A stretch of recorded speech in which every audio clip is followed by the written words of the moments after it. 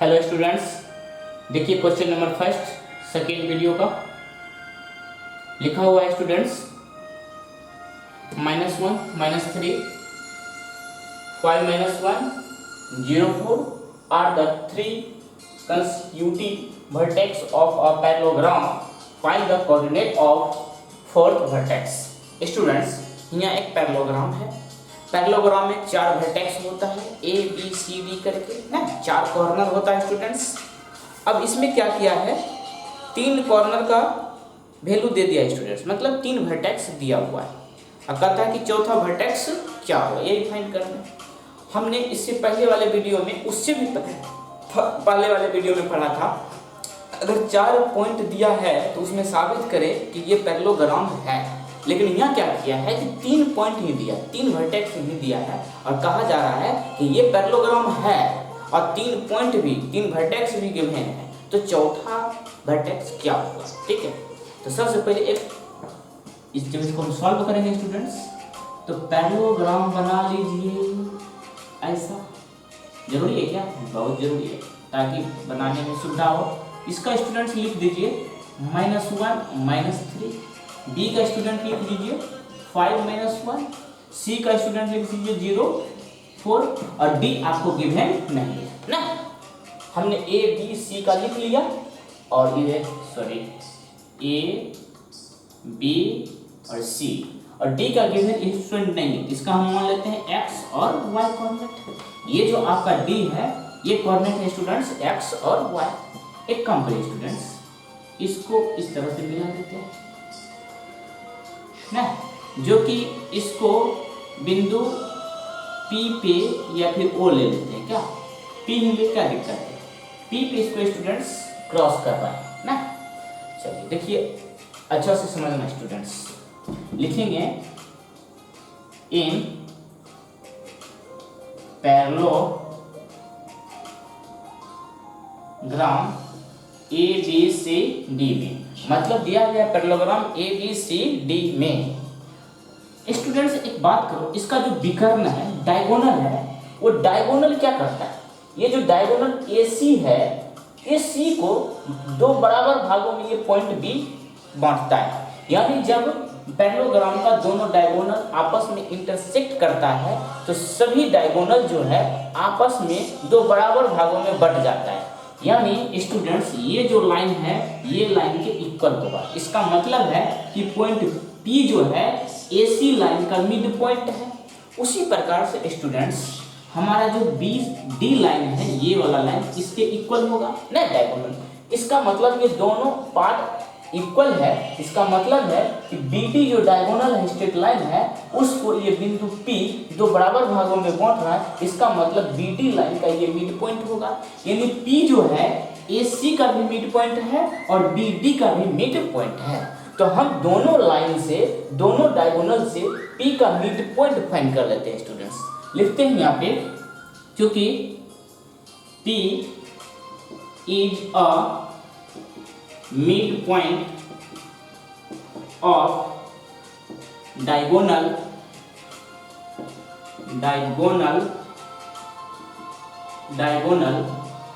AC, इसीलिए midpoint of P का mid point student क्या होगा, x1 प्लस x2 अपॉन 2, यानी -1 x कोऑर्डिनेट, या फिर हम डायरेक्टली लिख देते हैं, ये होता है स्टूडेंट्स, ऐसे करके लिख देते हैं x1 प्लस x2 बाई 2 और y1 प्लस y2 बटा 2, यही होता है। इतना बराबर x1 हमारा क्या है -1 प्लस x2 क्या है स्टूडेंट 0 बटे 2 कॉमा, और y1 है स्टूडेंट -3 प्लस y2 है हमारा 4 बटे 2। स्टूडेंट्स ये हो जाएगा हमारा -1 बटा 2 और ये हो जाएगा स्टूडेंट्स 1 बटा 2। मतलब लाइन AC का जो मिड पॉइंट है स्टूडेंट हमारा आया है, x का है वैल्यू -1 बटे 2 और y का जो वैल्यू है 1 बटे 2। अब उसी प्रकार से स्टूडेंट्स हम मिड पॉइंट फाइंड करेंगे लाइन BD का। यहाँ लिखेंगे, इसीलिए मिड पॉइंट ऑफ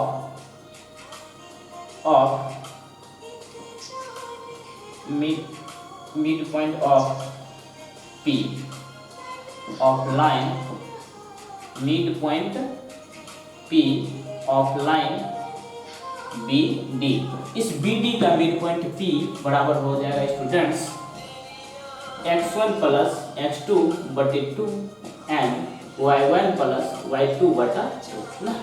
स्टूडेंट्स हमें यहाँ x1 क्या है गिवन, x प्लस x2 क्या है स्टूडेंट, यहाँ पे 5 बटे 2 और यहाँ है y1 स्टूडेंट हमारा क्या है y, यहाँ पे y2 स्टूडेंट है -1, यहाँ पे -1 देंगे बटे 2, यही है। अब देखिए इसके बाद कहानी स्टार्ट होता है स्टूडेंट्स। P जो है AC का भी मिड पॉइंट है, P है BD का भी मिड पॉइंट है, मतलब P दोनों डायगोनल का मिड पॉइंट है, यानी P बराबर ये तो P बराबर ये। स्टूडेंट इसको इक्वेशन हम 1 मान लेते हैं और इसको इक्वेशन 2 मान लेते हैं, तो लिखेंगे from equation first and seconds, यानी पहला जो है -1/2 वो होगा फर्स्ट के बराबर और सेकेंड 1/2 जो है स्टूडेंट ये सेकेंड के बराबर होगा। मतलब ये है x का कोऑर्डिनेट, ये है x का कोऑर्डिनेट, अगर ये y का कोऑर्डिनेट है ये सेकेंड वाला y का कोऑर्डिनेट है। तो स्टूडेंट लिखेंगे ये x प्लस 5/2 इक्वल टू -1/2, ठीक है। ये हो जाएगा स्टूडेंट्स, कैलकुलेशन करेंगे ये हो जाएगा x plus 5 equal to 2 student cut जाएगा -1, इसीलिए x बराबर स्टूडेंट हो जाएगा -6। x का जो वैल्यू आया है स्टूडेंट वो आया है -6, कहीं पे मिटाना पड़ेगा। और y जो होगा स्टूडेंट बराबर ये जो y -1/2 वो होगा 1/2 के बराबर, 2 और 2 स्टूडेंट कट जाएगा तो y -1 बराबर 1, इसलिए y बराबर 2। तो स्टूडेंट्स हमें चौथा जो कोऑर्डिनेट पूछा गया था D वो आया है स्टूडेंट्स, तो लिखेंगे फोर्थ कोऑर्डिनेट ऑफ पैरेललोग्राम, मिटता भी नहीं क्या, इसीलिए fourth coordinate of parallelogram is xy, और इतना बराबर हमारा स्टूडेंट क्या आया, x का वैल्यू आया है -6 और y का वैल्यू आया है स्टूडेंट 2। तो ये जो कोऑर्डिनेट होगा ना स्टूडेंट ये हो जाएगा -6 और 2। समझ में आया। चौथा कोऑर्डिनेट स्टूडेंट पैरेललोग्राम का इसी तरह से फाइंड किया जाता है। चलिए आई होप आप अच्छे से समझ गए होंगे स्टूडेंट। इसको आप मिटाते हैं, एग्जाम के व्यू से बहुत ज़्यादा इंपॉर्टेंट, इसी तरह से इसको फाइंड किया जाता है।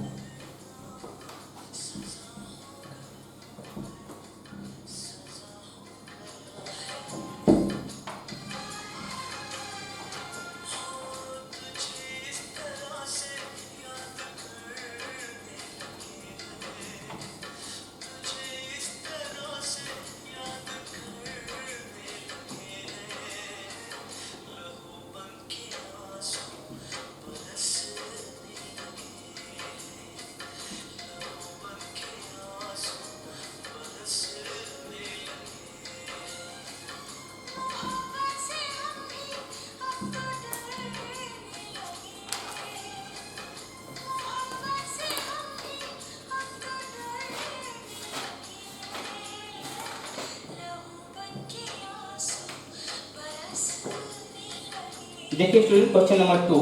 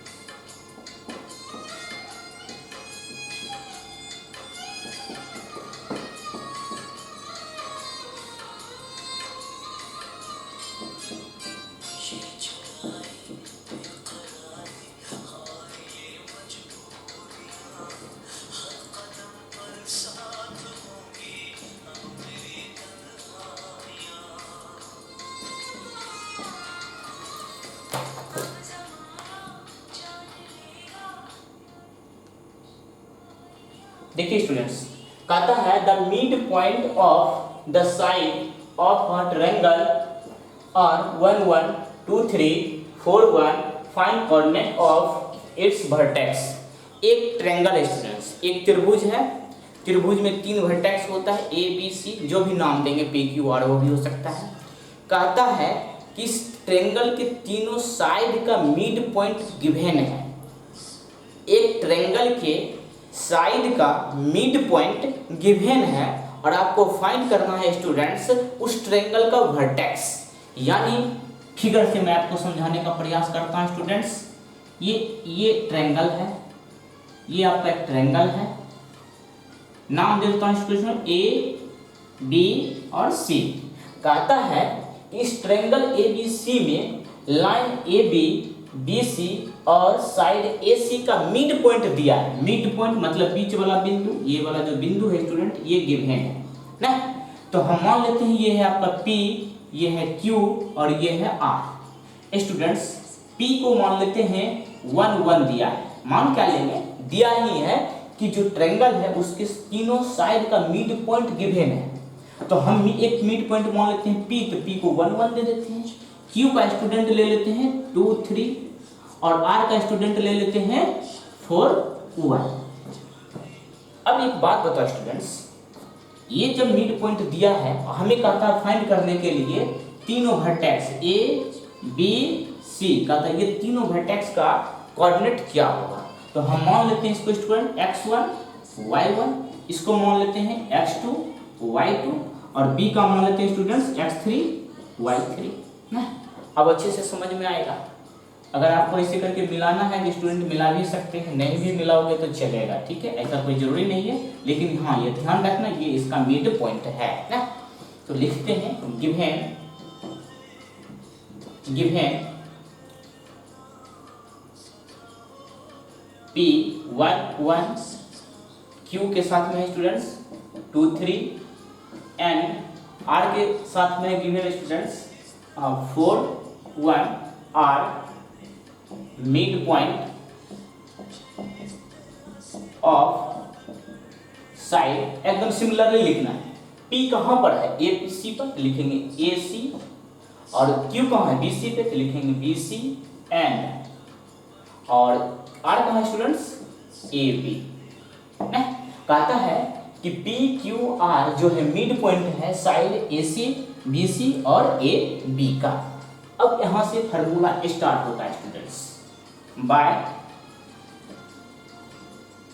फार्मूला ऑफ मिड पॉइंट ना। मिड पॉइंट का फार्मूला क्या होता है स्टूडेंट, हमने पढ़ा था कि जब भी कोई लाइन का मिड पॉइंट फाइंड करना है स्टूडेंट्स तो हम लिखते हैं x1 plus x2 by 2 and y1 plus y2 बटे 2।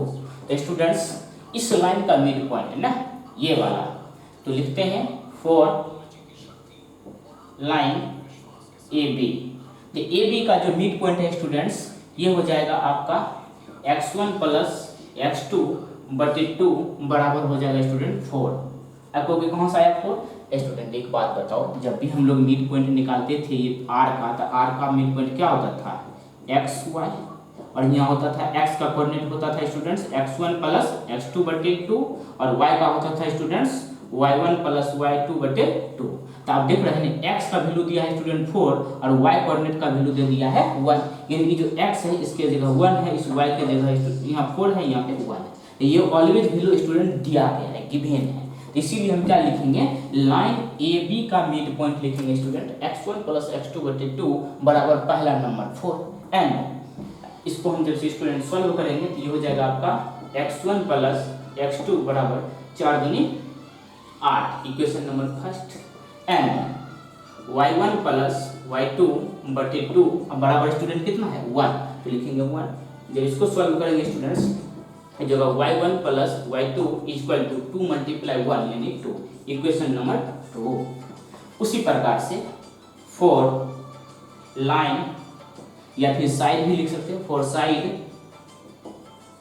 किसके लिए स्टूडेंट BC के लिए, BC के लिए स्टूडेंट क्या हो जाएगा दिख रहा है, हाँ पहला कोऑर्डिनेट हो जाएगा स्टूडेंट्स, गलती तो नहीं किए AB के लिए होता, सॉरी x2 कैसे x1 प्लस x3 हो जाएगा, यहाँ भी हो जाएगा x3, इस चीज पे ध्यान देना। और ये हो जाएगा y1 प्लस y3, देखते हैं ना गलत हो जाता है y3। अब साइड BC के लिए स्टूडेंट क्या हो जाएगा, BC के लिए x3 प्लस x2 यानी x2 प्लस x3 बटे 2 बराबर पहला नंबर लिखना, x के लिए फर्स्ट, y के लिए सेकेंड, यानी 2 है। इसको सॉल्व करेंगे स्टूडेंट, ये हो जाएगा हमारा x2 plus x3 equal to 2 2 4, equation number 10। अब यहाँ लिखेंगे स्टूडेंट्स y का नहीं लिखे हैं, तो y हो जाएगा y2 प्लस y3 बटे 2 बराबर 3। इसको जब स्टूडेंट सॉल्व करेंगे तो हो जाएगा y2 plus y3 equal to 3 2 6, equation number हो जाएगा स्टूडेंट 4।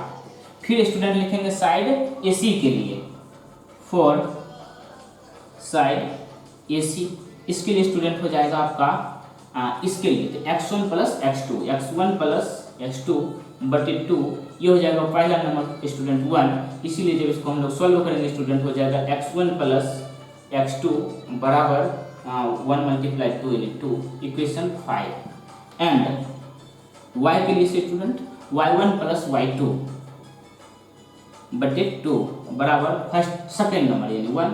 इसको सॉल्व करेंगे स्टूडेंट हो जाएगा y1 प्लस y2 बराबर 2, इसको मान लेंगे इक्वेशन नंबर 6। आप कुछ मिटाना होगा स्टूडेंट्स। हमने क्या किया स्टूडेंट्स, लाइन AB का मिड पॉइंट, लाइन AC का मिड पॉइंट और लाइन BC का मिड पॉइंट हमने इक्वेशन 1 2 3 4 5 6 तक लिख लिया। अब देखिए इसको हम क्या कर सकते हैं।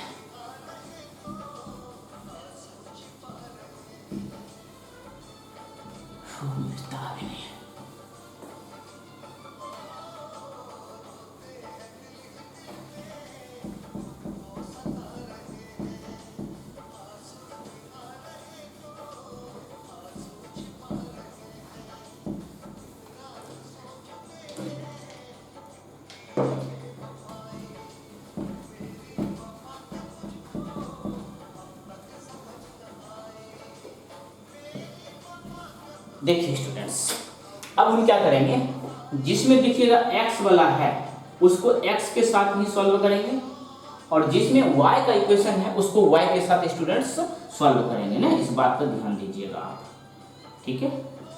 अब देखिए इक्वेशन 1 और इक्वेशन 3 ना, इक्वेशन 1 में से इक्वेशन 3 को माइनस कर दो। इक्वेशन 1 में 3 को माइनस करोगे स्टूडेंट, देखिए x3 कट जाएगा ना, यानी हमने क्या बतलाया कि x वाले टर्म को स्टूडेंट x के साथ इक्वेशन सॉल्व करेंगे और y वाले टर्म को स्टूडेंट y के साथ सॉल्व करेंगे, इस बात पर ध्यान दीजिएगा। तो हम क्या कर रहे हैं, इक्वेशन 1 में इक्वेशन 3 को माइनस कर देते हैं, तो x3 कट जाएगा। तो लिखेंगे students from equation 1 minus equation number 3। Equation 1 है हमारा students x1 plus x3 equal to 8, उसमें माइनस करने वाले हैं x2 प्लस x3 बराबर 4 है। स्टूडेंट जब माइनस करेंगे तो चिन्ह बदल जाता है, यहाँ से ये और ये कट जाएगा, ये स्टूडेंट हो जाएगा x1 माइनस x2, 8 में से 4 जाएगा स्टूडेंट 4 बचेगा, इसको इक्वेशन 7 मान लेंगे ना। अब देखिए स्टूडेंट्स, अब क्या करेंगे, इक्वेशन 7 का कैलकुलेशन करेंगे स्टूडेंट्स x इक्वेशन 5 के साथ, इक्वेशन 7 एकदम सिमिलरली करना, इक्वेशन 7 का इक्वेशन 5 के साथ सॉल्व करेंगे, क्योंकि देखिए x1 प्लस x2 बराबर 2 है, इसमें भी स्टूडेंट x1 माइनस x2 है, तो यहाँ से अगर हम 5 और 7 इक्वेशन को ऐड कर देते हैं तो x2 अपने आप कट जाएगा। लिखेंगे now equation 7 plus equation 5, students equation 1 minus equation 2 equal to 4, इसमें हम 5 को ऐड कर देते हैं, x1 plus x2 equal to 2। Student जब इसको ऐड करिएगा तो ये कट जाएगा, ये हो जाएगा 2x1 इक्वल टू 4 2 6, इसीलिए x1 इक्वल टू 2 से इसको डिवाइड कर देंगे तो 3। तो स्टूडेंट देखिए x1 का वैल्यू फाइंड हो गया। अगर हम इस x1 का वैल्यू 1 में पुट करेंगे तो x3 निकल जाएगा। तो स्टूडेंट लिखेंगे फ्रॉम इक्वेशन फर्स्ट, यहाँ है x1 प्लस x3 बराबर 8, और हमें x2 का वैल्यू x1 का वैल्यू है 3, यहाँ पे 3 पुट करेंगे, x3 इक्वल टू 8, इसीलिए x3 इक्वल टू 8 में से 3 जाएगा 5, यानी x3 भी निकल गया। अब स्टूडेंट्स x2 फाइंड कर लेते हैं। x3 का वैल्यू अगर हम इक्वेशन 3 में पुट करेंगे तो x2 निकल जाएगा। तो लिखेंगे स्टूडेंट्स फ्रॉम 3 इक्वेशन 3, यहाँ जाएगा students x2 plus x3 equal to है 4, और हमें यहाँ x3 का वैल्यू पुट कर देंगे students, x2 equal to 4, x2 equal to हो जाएगा -1 ना। तो हम क्या देखें स्टूडेंट, सबसे पहले हम x कोऑर्डिनेट निकाल लिए ना, a b c में x1 x2 x3 है, तो x कोऑर्डिनेट हमने फाइंड कर लिया। यहाँ से नोट कर लीजिए ऊपर स्टूडेंट्स। अब देखिए स्टूडेंट्स हम फाइंड कर रहे हैं y कोऑर्डिनेट ना, ध्यान रखिएगा बेटा हूँ ऊपर में, और वैल्यू हम कहीं पे लिख लेते हैं स्टूडेंट ताकि लास्ट में आंसर लिखने में फायदा हो। तो x1 है, x1 कितना है 3, और x2 है -1, और x3 है स्टूडेंट्स 5 ना। एक मिनट, अब स्टूडेंट्स y फाइंड करना है। तो y फाइंड करने के लिए क्या करेंगे, y वाला जितना भी इक्वेशन है उसको आपस में सॉल्व करेंगे ना।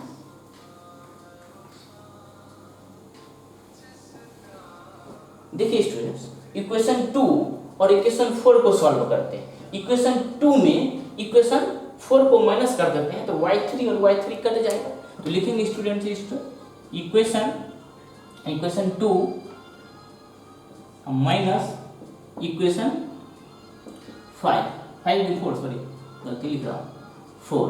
इक्वेशन 2 है students y1 plus y3 equal to 2, और इक्वेशन 4 है students y2 plus y3 equal to 6। अब इसको जब हम माइनस करेंगे स्टूडेंट्स, ये हो जाएगा minus minus minus, y3 completely cut जाएगा।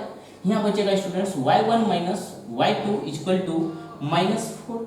इसको मान लेंगे इक्वेशन 8 ना, इक्वेशन नंबर 8, क्योंकि हम वहाँ पे 7 माने थे स्टूडेंट्स। अब देखिए इक्वेशन 8 का सॉल्व करेंगे इक्वेशन 6 के साथ में। अब देखिए यहाँ पे y2 प्लस में है और यहाँ y2 माइनस में, दोनों को जोड़ेंगे तो कट जाएगा। तो लिखेंगे now equation 8 plus equation 6, y1 minus y2 equal to -4, और 6 है students y1 plus y2 equal to 2। जब इसको ऐड करेंगे तो y2 कट जाएगा, ये 2y1 इक्वल टू यहाँ बचेगा -2, ये 2 और 2 कट जाएगा स्टूडेंट्स। तो हमें यहाँ पे y1 इक्वल टू निकलेगा स्टूडेंट -1। तो स्टूडेंट्स हमने y1 का वैल्यू निकला -1। अब इस हम y1 का वैल्यू अगर हम पुट कर दें इक्वेशन नंबर 2 में, तो यहाँ से y3 निकल जाएगा। तो लिखेंगे स्टूडेंट फ्रॉम 2 से तो y1 plus y3 equal to 2, यही है ना। अब y1 का वैल्यू है -1 प्लस y3 इक्वल टू 2, -1 उधर जाएगा स्टूडेंट, तो y3 हो जाएगा आपका 3 है। और y3 का वैल्यू स्टूडेंट्स कहाँ पुट कर दिया जाए, इक्वेशन नंबर 4 में, तो यहाँ से हमें y2 का निकल जाएगा। तो लिखेंगे फ्रॉम 2 से y2 plus y3 equal to 6, इसीलिए y2 इक्वल टू, यहाँ पे देखिए y3 का वैल्यू क्या पुट करेंगे, 3 उधर जाएगा तो इसमें जाएगा 6 - 3 बराबर 3, यानी y2 जो है आपका आया है 3। अब लास्ट में आंसर लिखेंगे स्टूडेंट्स, इसीलिए वर्टेक्स ऑफ ट्रायंगल ABC मिटता है क्या स्टूडेंट्स, लिखेंगे इसीलिए coordinate of vertex of triangle ABC are क्या निकला स्टूडेंट्स। अब देखिए x1 को लिखेंगे स्टूडेंट्स y1 के साथ, x2 को लिखेंगे y2 के साथ, और x3 को लिखेंगे स्टूडेंट्स y3 के साथ। हम पहले लिख ही लेते हैं, यानी x1 y1, x2 y2 and x3 y3, यानी वैल्यू हो जाएगा स्टूडेंट्स x1 हमारा कितना है 3, और y1 कितना है स्टूडेंट्स -1, x2 है स्टूडेंट हमारा -1, और y2 है स्टूडेंट मेरा y2 कितना है 3, और x3 है स्टूडेंट मेरा 5, और y3 आया है 3। यही आपका आंसर है। बहुत सारे स्टूडेंट गलती करते हैं आंसर लिखने में, यानी एक जगह लिख देते हैं x का और एक जगह लिख देते हैं स्टूडेंट्स y का, लेकिन आपको ऐसा नहीं करना है स्टूडेंट्स। यानी x कोऑर्डिनेट को y के साथ और y कोऑर्डिनेट को x के साथ आपको लिखना है, ठीक है।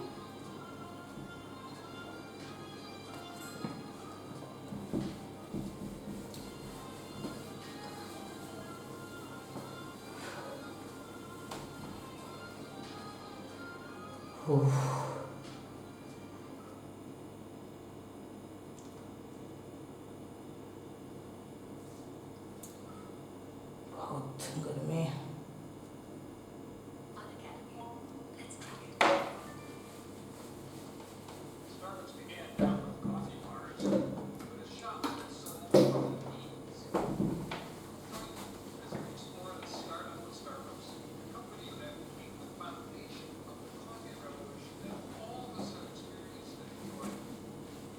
चलिए स्टूडेंट्स, अब हम लोग लिखते हैं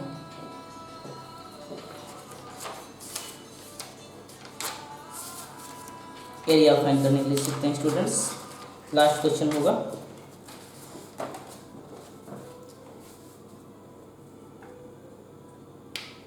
लिखिए स्टूडेंट्स, 2 क्वेश्चन सॉल्व करेंगे स्टूडेंट्स। मिटता है फिर पानी आ जाता है। लिखिए स्टूडेंट्स, अगला क्वेश्चन है find area of triangle if its vertex are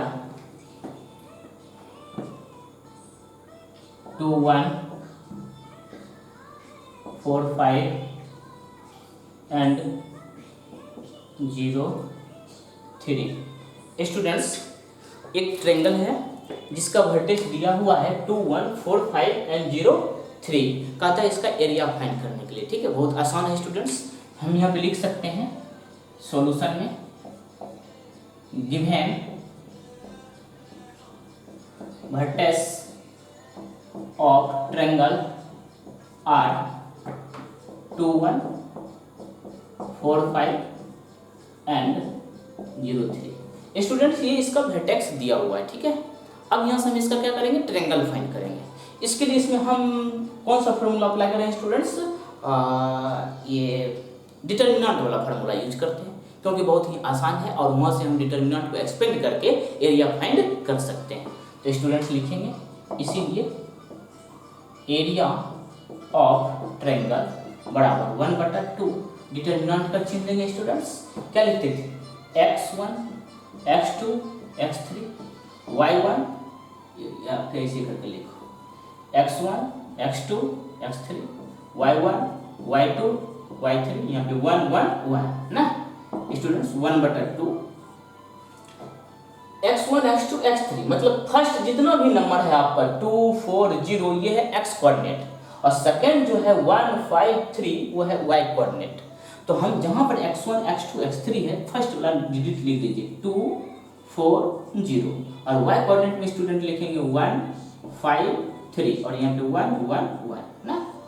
यहाँ पे लिखेंगे 1/2 स्टूडेंट्स। यहाँ पे हम इसको एक्सपेंड करते हैं फर्स्ट कॉलम रो के अनुसार। तो यहाँ पे फर्स्ट नंबर क्या है 2 को लेते हैं, तो 2 के सामने वाला छोड़ना है, उसके नीचे वाला छोड़ना है। तो 5 मल्टीप्लाई होगा 1 से 5, माइनस का चिन्ह देते हैं, 3 मल्टीप्लाई 1 की हो जाएगा 3, फिर माइनस का चिन्ह देंगे स्टूडेंट। अब यहाँ पे हम 1 लेते हैं, और इस 1 जो है सर स्टूडेंट्स, इस 1 के सामने वाले लाइन को छोड़ देना और 1 के नीचे वाले लाइन को छोड़ देना। तो 4 बचेगा, 4 का मल्टीप्लाई 1 से तो 4 माइनस का चिन्ह, 0 बचेगा, 0 का मल्टीप्लाई से 1 से तो हो जाएगा 0, फिर प्लस का चिन्ह, यानी चलता है स्टूडेंट प्लस माइनस प्लस, तो +1 देंगे स्टूडेंट्स। अब देखिए ये जो है इस 1 के सामने वाला ये लाइन छोड़ देना और उस 1 के नीचे वाले लाइन को छोड़ देना, तो बचेगा 4 का मल्टीप्लाई 3 से ये हो जाएगा 12 माइनस, और 0 का मल्टीप्लाई 5 से तो स्टूडेंट हो जाएगा ये 0, ब्रैकेट बंद। ये हो जाएगा स्टूडेंट्स, कैलकुलेशन करेंगे तो 1/2 और ये स्टूडेंट्स 5 माइनस 3 यानी 2 और 2 मल्टीप्लाई 2 यानी 4 माइनस का चिन्ह देंगे स्टूडेंट्स। 4 मल्टीप्लाई 1 यानी 4 प्लस स्टूडेंट यहाँ पे 12 है, 12 मल्टीप्लाई 1 12, 4 और 4 कट जाएगा स्टूडेंट्स, यहाँ हो जाएगा 12/2 बराबर 6 स्क्वायर यूनिट। आपको स्क्वायर यूनिट के दिए स्टूडेंट्स, क्योंकि हम एरिया यहाँ पे फाइंड कर रहे हैं इसलिए स्क्वायर यूनिट दिया। बहुत आसान क्वेश्चन था। अब इससे थोड़ा कुछ अलग ढंग का क्वेश्चन जिसमें कैलकुलेशन होगा ज़्यादा स्टूडेंट्स।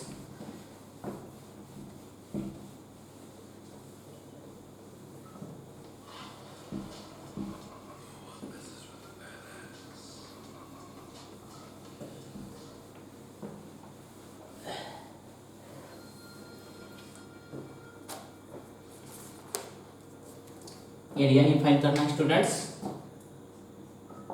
और वर्टेक्स आपका दिया हुआ है students A cos theta 1 B sine theta 1। दूसरा है coordinate students A cos theta 2 B cos theta 2। उसके बाद students A cos theta 3 B cos theta 3, sorry sine दिया है, इसमें साइन, यहाँ भी साइन और यहाँ भी साइन। देखिए आसान है स्टूडेंट्स, आसानी से इसको सॉल्व कर सकते हैं। इसको रखा जाए स्टूडेंट, देखिए लिखेंगे डायरेक्ट एरिया 1/2, डिटरमिनेंट देंगे students x1 x2 x3 y1 y2 y3 1 1 1। अब हो गया सर यहाँ पे त्रिकोणमिति दे दिया स्टूडेंट, जो कोऑर्डिनेट 1 2 3 4 5 के रूप में था, नंबर के रूप में था, उसी को स्टूडेंट त्रिकोणमिति की दुनिया में दे दिया है। ये x1 x2 और ये x3, सेकेंड y1 y2 और y3 दिया स्टूडेंट्स। बस कैलकुलेशन होने वाला है और कुछ नहीं। तो स्टूडेंट्स ये हो जाएगा 1/2, यहाँ पे इसी करेंगे। x1 की जगह पे लिखेंगे students a cos theta 1, x2 की जगह स्टूडेंट लिखेंगे a cos थीटा 2 और x3 की जगह लिखेंगे स्टूडेंट्स a cos थीटा 3। अब y1 के प्लेस पे लिखेंगे स्टूडेंट्स sin थीटा 1, y2 हो जाएगा स्टूडेंट्स b sin थीटा 2 और ये हो जाएगा b sin थीटा 3 1 1 1। अब इसको एक्सपेंड कर दीजिए स्टूडेंट्स, 1/2 ब्रैकेट बंद। हम यहाँ पे लिखेंगे students a cos theta 1 bracket बंद।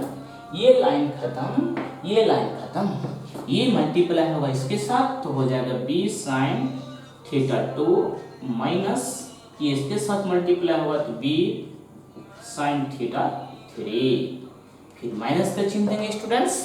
अब यहाँ पे ये लिखेंगे b sin थीटा 1 और ये जब लाइन होगा स्टूडेंट्स ये लाइन खत्म हो जाएगा और ये ऊपर वाला लाइन खत्म हो जाएगा, यानी b जो मल्टीप्लाई होगा 1 से, यानी a cos थीटा 2 माइनस ये मल्टीप्लाई होगा 1 के साथ, ये हो जाएगा a cos थीटा 3, फिर प्लस का चिन्ह देंगे स्टूडेंट्स। अब यहाँ पे 1 है तो 1 लिखेंगे, ये लाइन खत्म और ये लाइन खत्म, ये मल्टीप्लाई होगा इसके साथ, ये हो जाएगा A B cos theta 2 into sine theta 3 minus ये स्टूडेंट इसके साथ मल्टीप्लाई होगा तो ये हो जाएगा A B sine theta 2 into cos theta 3 bracket बंद। अब कैलकुलेशन करिए स्टूडेंट्स, देखिए क्या क्या हो सकता है।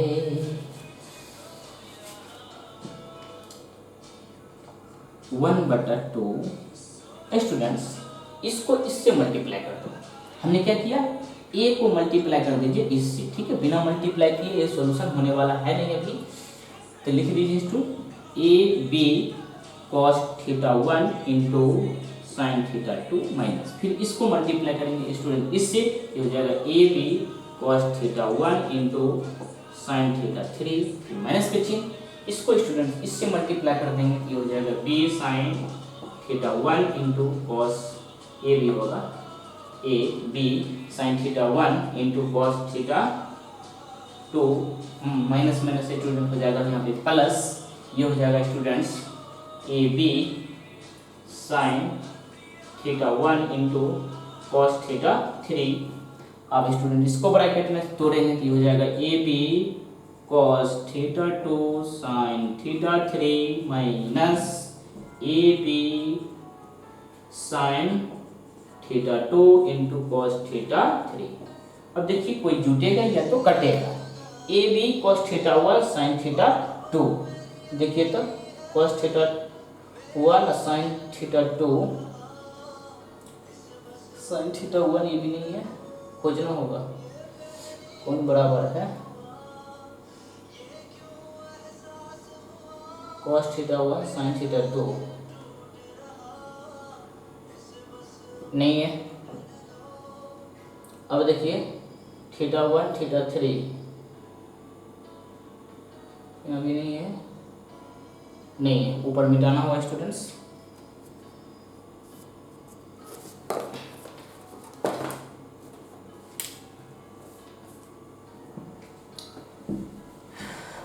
बोले कैलकुलेशन है और कुछ नहीं है इसमें, इसलिए ज़्यादा टेंशन लेने की जरूरत नहीं है। ओह क्या मिट गया, कोई दिक्कत नहीं है। यहाँ से हम एक स्टूडेंट लिख सकते हैं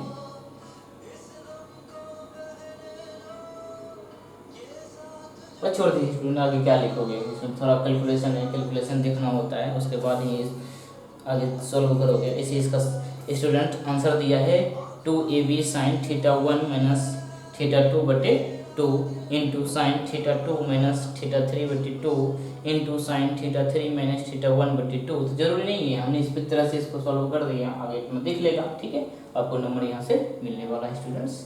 यहीं पे छोड़ देते हैं, वीडियो भी बहुत लंबा हो सकता है। बस छोड़ा, इसको जूम है क्या, जो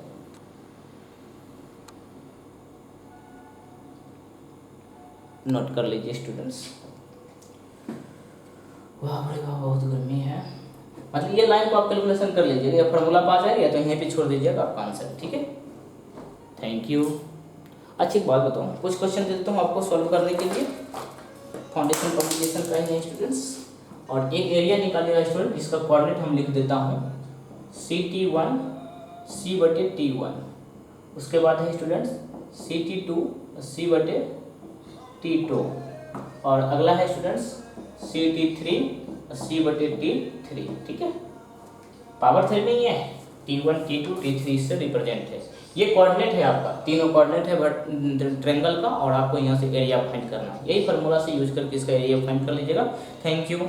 अब स्टूडेंट्स इसके बाद जो हमारा अगला वीडियो होगा पर्सनल कॉलिनियर ना, एक पूछता है क्वेश्चन कि prove that given vertex are collinear. तो स्टूडेंट्स उसके लिए स्पेशल वीडियो मेरा होगा, क्योंकि एग्जाम के व्यू से बहुत ज़्यादा इंपॉर्टेंट है, इसलिए हमने उसके लिए एक स्पेशल वीडियो बनाएंगे कॉलिनियर के लिए। ठीक है, तो आप वीडियो को पूरा देखा करिए। ठीक है, बहुत मेहनत लगता है।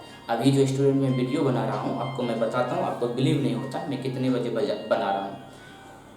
1:43, रात को 1:43 हो रही है। ठीक है, और मैं अभी वीडियो ये बना रहा हूँ। ठीक है, वो किसके लिए, आपके लिए। ठीक है, आपके लिए मैं अभी जग रहा हूँ। ठीक है, ये 2 बजने वाला है, यानी मॉर्निंग सुबह 12, मतलब आज जो मैं वीडियो बनाया हूँ अभी, आज जो डेट है कितना है, कितना है तारीख, आज भूल भी जाता हूँ, देखो तो कितना मैं भूलने वाला हूँ। आज है तारीख स्टूडेंट्स, अबे यार तारीख भी नहीं देता। 1:44 पे आपके लिए देखिए वीडियो बना लीजिए, और आप वीडियो सही से देखते नहीं हैं। ठीक है, अब देखिए तारीख मालूम नहीं है, मतलब अभी जो मैं वीडियो अपलोड कर रहा हूँ फिर आपको कल मिल जाएगा। तो मोबाइल भी कैसा पकड़ ले, तारीख नहीं दिखा रहा है।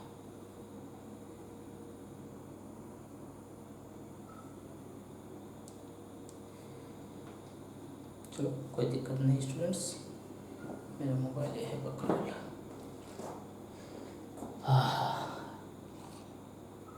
इसलिए स्टूडेंट वीडियो को देखिए, जहाँ दिक्कत होता है वहाँ पूछिए, प्रेशर भी तो नहीं दे सकता हूँ।